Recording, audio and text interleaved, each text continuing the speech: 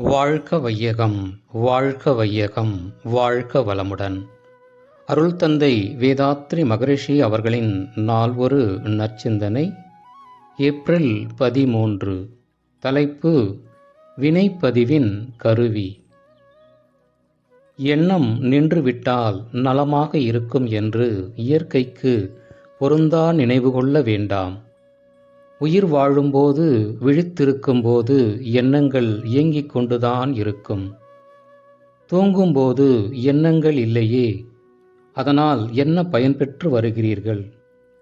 மரணத்தில் எண்ணம் அடியோடு நின்றுவிடும்.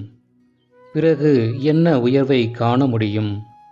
எண்ணம் இயங்கிக் கொண்டிருக்கும் போதே முறைப்படுத்தி பயன் கண்டு சிறப்படையுங்கள்.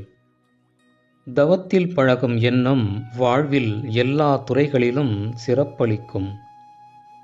வாழ்த்து கூறுவதை பற்றி சில அன்பர்கள் வினா எழுப்புகிறார்கள். வேண்டுமென்றே கெட்ட எண்ணத்தோடு ஒருவர் எனக்கு தீமை இழைக்கிறார், துன்பம் தருகிறார் என்றால் அவரை எப்படி வாழ்த்த முடியும்? ஏன் அத்தகைய கொடுமையாளரை வாழ்த்த வேண்டும் என வினவுகின்றனர்.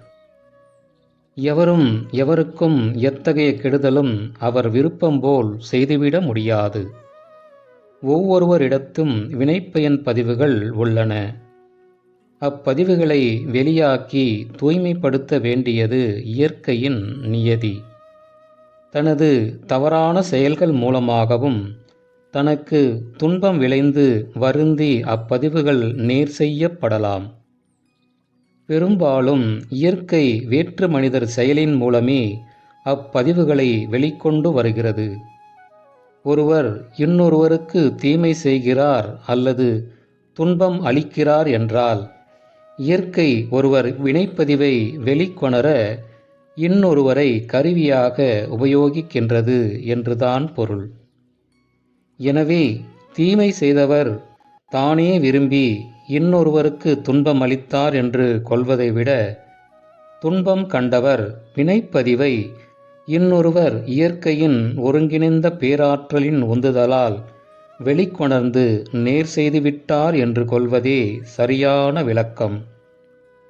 தனது வினைப்பதிவே இன்னொருவர் மூலமாக துன்பமாக விளைந்தது என்று உணர்ந்து கொண்டால் பிறர் மீது வெறுப்பு எவ்வாறு எழும்? அருள் தந்தை அவர்கள் வாழ்க வளமுடன்.